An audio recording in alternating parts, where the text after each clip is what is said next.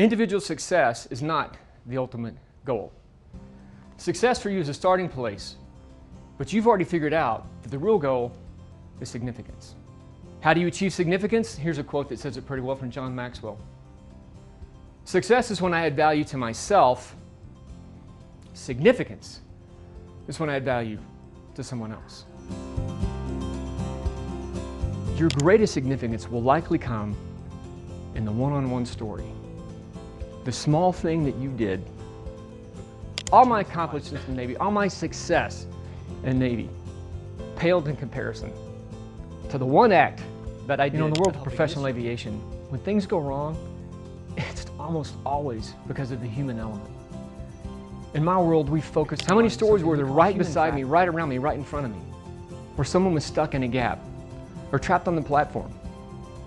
Human factors is a set of fundamental skills that are required for building an effective team and maximizing mission success.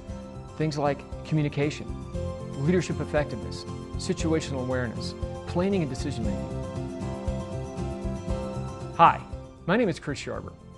I've had a 32-year-long career as a professional pilot, first serving as a fighter pilot in the United States Navy, and then as a commercial airline pilot. Aviation is an extremely demanding and extremely unforgiving environment. I've spent most of my time as an instructor focusing on helping others learn how to perform, how to execute, how to build teams, and how to deliver in such a highly demanding environment where the consequences of failure can be extreme. The key steps to significance are mind the gap and be the difference. This is a great representation of where a lot of people find themselves in life. People on the platform, what does the platform represent? It's your starting point. It's wherever you are. Whatever situation, occupation, vocation, fitness, financial level, relationship status you're in, it's where you are. It's where you're starting from. And so why are these people at the train platform? Why are they on the train platform? They want to go someplace else. They want to go someplace else. So in life, this is where we start. This represents what is. The train represents what's possible. A different vocation, occupation, ability, skill, financial status, fitness, relationship level, whatever the case may be, someplace else they want to go. And the gap, that seemingly really insignificant little small space between those two, represents anything that could trip you up, stop you, hold you back. It could be anything, any one of these things. Sometimes it could just be as simple as a lack of confidence, a lack of knowledge, lack of ability. And quite often, all those people need is somebody to come alongside and help them and be the difference, to span the gap. And some of these things that hold them back are absolutely effortless for you. Really, really seemingly small and insignificant. But my point today is to illustrate a couple of examples where really, really small effort on the part of one person radically altered the future for someone else. You have the power to make a difference. Your influence can be the difference between success and failure, profitability and loss, and in high consequence industries, likely even the difference between life and death. Every person can have a huge influence if you're willing to be the difference. I had a place I wanted to go.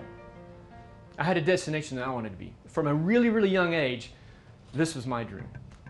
I wanted to be a military fighter pilot. So I entered college.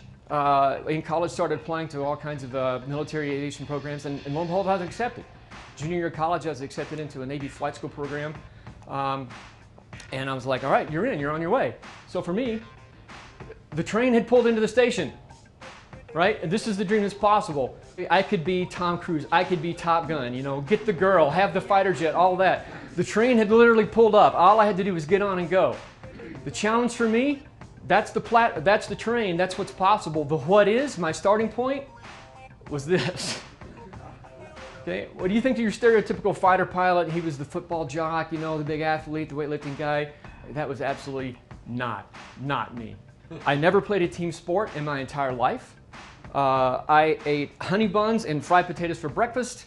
I had bacon and mayonnaise sandwiches on white bread for lunch. And now I'm 19 years old. I'm already accepted into this program, and knowing what's in front of me, knowing boot camp is coming, I had never run a mile in my entire life at age 19. So AOCS is about 14 weeks long. So somewhere about the 8th week, you have to run the obstacle course for your final time. So for 8 weeks, you get to go practice, you run it, the instructors there help you with your techniques and try to get you better, and you get to run for time. So the minimum time for the obstacle course was 3 minutes and 26 seconds. You have to run this thing in 3:26. And you have to do that on your 8th week. If you don't do that on the 8th week, that's your test, you're well out of your class and you're 1 foot out the door, right? You might have one more shot, but likely the dream is over. One person in my class, a young man named Mike McClure, was my classmate. Steve knows him. Had the willingness to mind the gap. Saw what was potentially holding me back. And Mike had the willingness to be the difference. Mike was about 5 or 6 years older than I was. He was a great athlete. Obstacle course was nothing for him. So in afternoons, after class, weekends, Mike would go out and lead to the O course and spend just a couple hours every week helping me with the obstacles, teaching me techniques. It's like, no man, it's not about upper body, it's technique. You run, you hit, you jump, you pull, you throw your leg. It's all about momentum. He just taught me techniques. Class is there standing at the finish line, cheering and yelling, knowing that I'm pushing, I'm close to this time, this is gonna be close. Cross the finish line, drop down and almost get sick from exertion. And I'm just waiting. The drill instructor standing near the clipboard and the stopwatch, and I'm waiting. What's the time?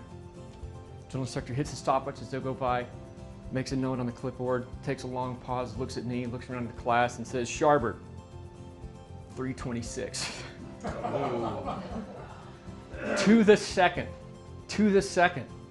I completed the obstacle course. That's it. I'm done. Moving on. Why? Because one person in my life had the awareness to mind the gap, to see what was holding someone back, and realize that he had the ability to step in and he had the willingness to be the difference. You're going to leave with a sense that you can be a leader, that you can make a difference. You'll leave with some practical skills, some practical tools that you can use and you can employ tomorrow in your organization that will help you to thrive as a leader. Lessons that we teach commercial airline pilots and military pilots about effective teamwork, communication, situation awareness, planning, decision-making, the critical team-building skills that allow people to come together and form rapid teams that have to perform at the absolute highest level every single day, every single time.